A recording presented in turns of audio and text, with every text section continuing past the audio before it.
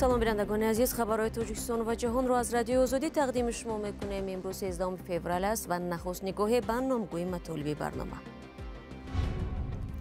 раҳбарияти ширкати барқи тоҷик мавҷудияти лимити барқро ба зарурати захира намудани об дар фасли баҳор марбут медонанд. мо бояд ки қисман дар рӯзҳои гармӣ истифодабари барқро камтар қатъ созем. консулгарии Тоҷикистон дар шаҳри Санкт-Петербург мегӯяд қазияи гӯё аз ҷониби муҳоҷирони тоҷик латукуб шудани блогери русро таҳқиқ доранд.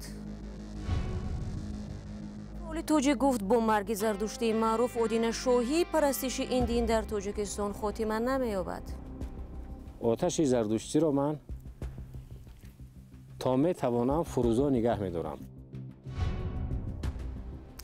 дар ҳоле ки шикоятҳо аз маҳдудияти барқ дар Тоҷикистон бештар садо медиҳад, масъулони ширкати барқи тоҷик санаи бекор намудани лимит ё маҳдудияти барқро наметавонанд пешгӯӣ кунанд. раиси ин ширкат аз ниҳоди зери раҳбарияш тавсиф намуд. ӯ гуфт дар моҳи январ ки сардиҳо сахт буд, онҳо тавонистанд сокинонро бо барқ таъмин кунанд, вале шаҳрвандон чизи дигар мегӯянд. Бароди Юсуфӣ ва Алишер Зарифӣ имрӯз дар нишасти ширкати барқи тоҷик иштирок доштанд. раҳбарияти ширкати барқи тоҷик гуфт ҳанӯз дақиқ нест ки маҳдудият ё лимити барқ дар кишвар кай ба охир мерасад. ин назари раҳбарияти барқи тоҷик дар нишасти хабарӣ садо дод. мо бояд ҳаракат кунем ки то мавсими воридшавии обе ки дар фасли баҳор ба мо мусоидат менамояд ки ҳаҷми истеҳсоли нерӯи барқ барои рӯпӯш кардани истифодабарӣ зарур аст истеҳсол намоем. мо бояд ки қисман дар рӯзҳои гармӣ истифодабари барқро камтар қатъ созем. аввали моҳи январ ширкати барқи тоҷик эълон кард ки маҳдудияти интиқоли барқ дар кишвар барҳам дода шуд, аммо баъдан аз ҳама гӯшаҳои Тоҷикистон шикоятҳо мерасид ки лимити интиқоли барқ идома дорад. ширкати барқи тоҷик дар интиҳои моҳи январ эълон кард ки сар аз 1 феврал дар саросари кишвар маҳдудияти дубора ҷорӣ мешавад. вобаста ба он ки ҳаво сард буд, истифодабарӣ дар дохили мамлакат бениҳоят боло рафт. ба ҳисоби миёна дар як шабонарӯз дар моҳи январ ба ҳисоби миёна истеҳсоли нерӯи барқ ба 75 миллион киловаттсоат баробар шуд. ҳатто истифодабарии максималии шабонарӯзӣ дар моҳи январ ин рост меояд ба рӯзи 19 январи соли ҷорӣ ки 85 миллиону 587 ҳазор киловаттсоат нерӯи барқ истеҳсол кардем. ин дар ҳолате аст ки дар солҳои гузашта танҳо нишондиҳандаи максималии истеҳсоли нерӯи барқ ба 71 миллион баробар мешуд. аммо бархи сокинон шикоят мекарданд ки дар рӯзҳои сарди моҳи январ ҳам пас аз эълони қатъи маҳдудият низ барқи онҳо хомӯш мешуд. як се рӯз шуд амхирайда шаб соати 10 мемурад мекишанд о пагои соатҳои 5 амхел богирон мешавад. иқтисодшинос Айюбҷон Эгамов бар ин аст ки роҳи аслии раҳоӣ аз бебарқӣ дар зимистон берун шудан аз пойбандӣ ба барқи обӣ аст. ба гуфтаи ӯ Тоҷикистон имкон дорад ки аз манбаъҳои дигари алтернативӣ барқ тавлид кунад то дар фасли сармо тавлидот ҳадди ақал ба талабот баробар шавад. хеле ки медонем Тоҷикистон офтобӣ аст. қариб зиёда аз 300 рӯзи сол офтоб вуҷуд дорад. яъне мо метавонем қувваи энергияи офтобро истифода барем, нерӯи офтобро. дуюм, дар Тоҷикистон минтақаҳое аст ки қариб тамоми сол шамол вуҷуд дорад. мо метавонем барқро аз нерӯи шамол гирем. лекин барои васеъ истифода бурдани ин сарчашмаҳо мо бояд гӯем ки дар навбати аввал соҳаи энергетика қисман хеле ки мегӯянд хусусӣ карда шавад.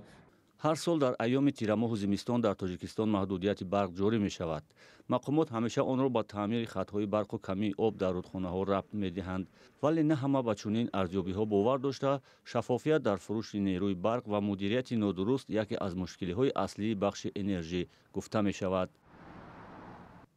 шумо барномаи ахбори Радиои Озодиро тамошо доред. мақомоти Тоҷикистон мегӯянд фиристодани муҳоҷирон ба Бритониё имсол низ идома хоҳад кард. баъди ҷорӣ шудани таҳримҳо алайҳи Русия, муҳоҷирони тоҷик талош мекунанд ягон кишвари дигарро барои кор пайдо кунанд. Бритониё яке аз ин гузинаҳо мебошад. Муроҷаъ Юсуфӣ ва Шаҳлои Абдулло ин мавзӯъро бо масъулини Вазорати меҳнат ва муҳоҷират дар миён гузоштанд. بحث انتقال مهاجران تاجیک به بریتانیا سال گذشته 383 نفر شهروندان تاجیکستان برای کار به این کشور رفتند. مقامات میگویند خواهشمندان برای این سفر زیاد اما جایها محدود است. ماه январ گروه نوبتی کارگران تاجیک از صحبت گذشتند. در نظر است که آخر ماه مارت یا اول اپریل امسال گروه نوبتی مهاجران تاجیک به بریتانیا فرستاده شوند. باید قید کنم که این سفرها کوتاه مدتند، زیرا روادید تنها برای 6 ماه داده می شود. قبول مهاجران در اساس انتخاب صورت می گیرد و هر یک داوطلب به مدت 1 یا 1.5 ماه حجت گذاری می کند. انتخاب کارگران از سوی شرکت بریتانیایی پروفورس صورت می گرفته است. مهاجران تاجیک در بریتانیا اساساً به کشاورزی مشغولند. برخی آنها میگویند روزانه حدود 1300 سامانی یا 100 فونت استرلینگ به دست میآورند، اما مهاجران باید بعد 6 ماه بریتانیا را ترک کنند. اگر انگلیسی دانی، زبان روسیه نقض دانی، انا چقدر که زبان‌های نقض دانستن را تونی، سوپروایزر میمونن، منیجر میمونن، کارهای نقض پیشنهاد میشوند. زیاد بودن طلبات برای کار در بریتانیا بازار قلابان را نیز گرم کرده است. سفارت بریتانیا در تاجیکستان 1 هفته پیش از افزایش حالتهای قلابی برای دعوت به کار در این کشور خبر داد. به اطلاع سفارت، برای جلب کارگران موسمی کشاورزی به کار در بریتانیا پیشنهادهای قلبکی زیاد شده است. فعلا روسیه و قزاقستان کشورهای اساسی قبول کننده مهاجران مهنتی از تاجیکستان هستند. مقامات سالهاست که برای باز کردن راه مهاجران تاجیک به اروپا، کره جنوبی و قطر تلاش دارند، اما شماره تاجیکستانیانی که به این کشورها می روند فعلا خیلی کم است. طبق آمارهای رسمی در تاجیکستان قریب 56,000 شخصان بیکار ثبت شدند، اما کارشناسان تعداد واقعی بیکاران را از این زیادتر می دانند. مولا رجب یوسف شهلای عبدالله، آزادی دوشنبه. موضوع مهاجرت را ادامه میدیم. با سپارش رئیس کمیته تفتیشات روسیه الکساندر باستریکین از روی حادثه حمله احتمالی گروه مهاجران تاجیک به یک بلاگر روس در شهر سنت پترزبورگ پرونده جنایی باز شده است. دست کم 1 نفر بازداشت شده است. عین زمان دیپلمات‌های تاجیک در این شهر حادثه را تحقیق میکنند و میگویند یک هدف آنها این است که پرونده مذکور عادلانه بررسی شود. جزئیات این حادثه رو همکارم خیرمان بقازاده تحقیق کرد و حالا او با ما در استودیو است. درود بر شما. خب از روی این قضیه چی اطلاعات تا به حال به دست آوردید؟ از روی قضیه لطوکوب احتمالی کریل شوچر روز 12 فوریه پرونده جنایی باز شده است و رئیس کمیته تفتیشات در سنت پترزبورگ سپارش گرفت که معلومات درباره آسیب جسمانی رسانیدن گروه مهاجران به ساکنین شهر را بسنجد.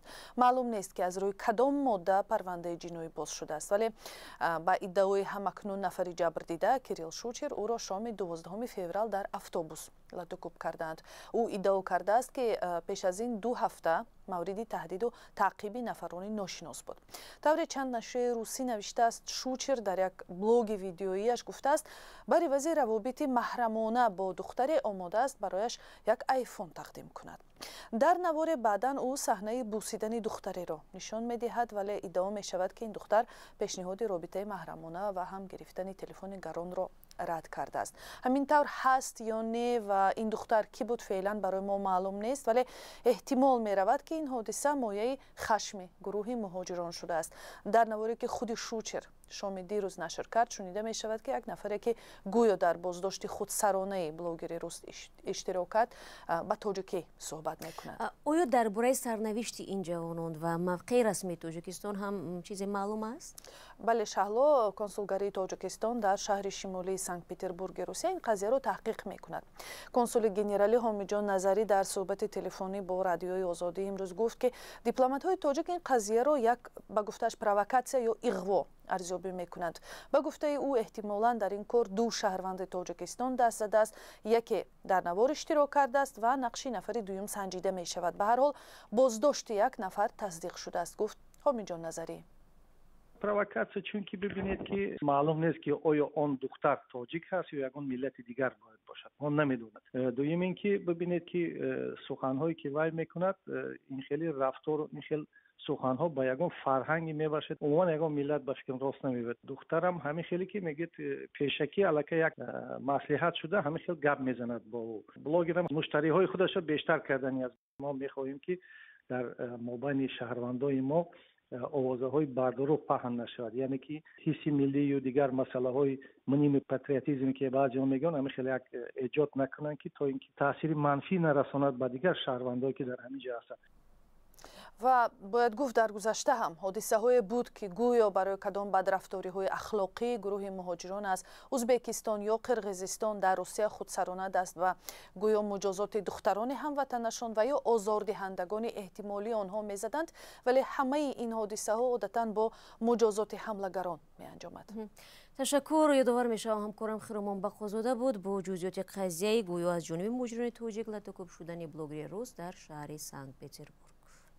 салом, агар хату хабар мехоҳед мо дорем. навиди бомдодӣ, сархати хабарҳо, ахбори тоҷикистон ва ҷаҳон, гузоришҳо ва таҳлилҳо. чӣ мегузарад ва чаро?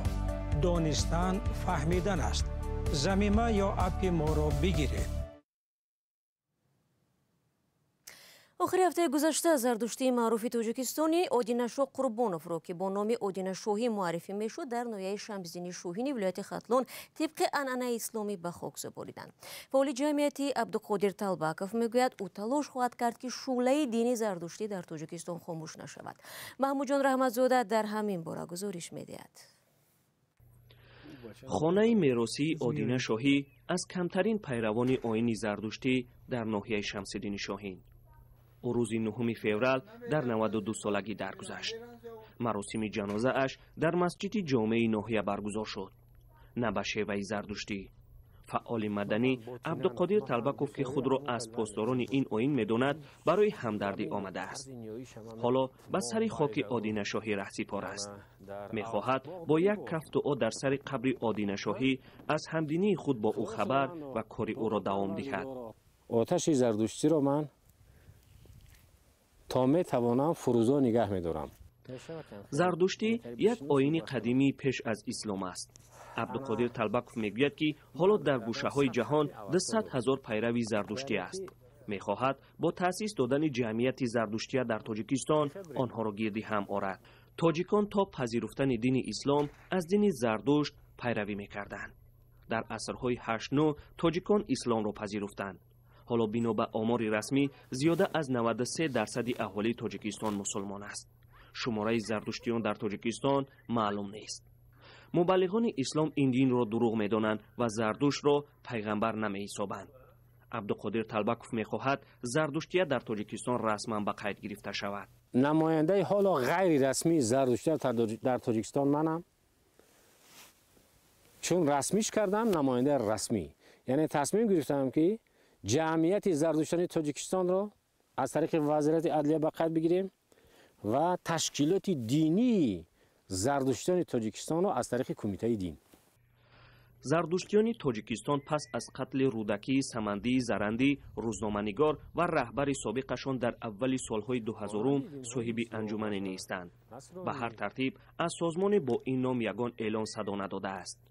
Абдуқодир Талбаков ки дар шабакаҳои иҷтимоӣ бо мусулмонони даъватгар дар кашокаш аст, баъди 23 сол аввалин нафарест ки мехоҳад ҷамъияти зардуштия ва дини онро дар Тоҷикистон расман сабти ном кунад. ба гуфтаи Талбаков, мисли Одинашоҳӣ афроди пойбанд ба ин оини қадимӣ дар кишвар ҳастанд, аммо аз эълони расмӣ дар ин бора худдорӣ мекунанд. ҳоло пайравони зардуштӣ танҳо дар баъзе аз гӯшаҳои Афғонистон, Эрон ва Ҳиндустон боқӣ мондаанд. Одинашоҳӣ дар Тоҷикистон аз камтарин нафаре буд ки худро ошкоро пайрави ин оини қадимӣ медонист. аҳли хонавода ва ҳамдеҳагонаш инро кори шахсии ӯ медонистанд. маҳмудҷон Раҳматзода, Озодӣ, ноҳияи Шамсиддини Шоҳин.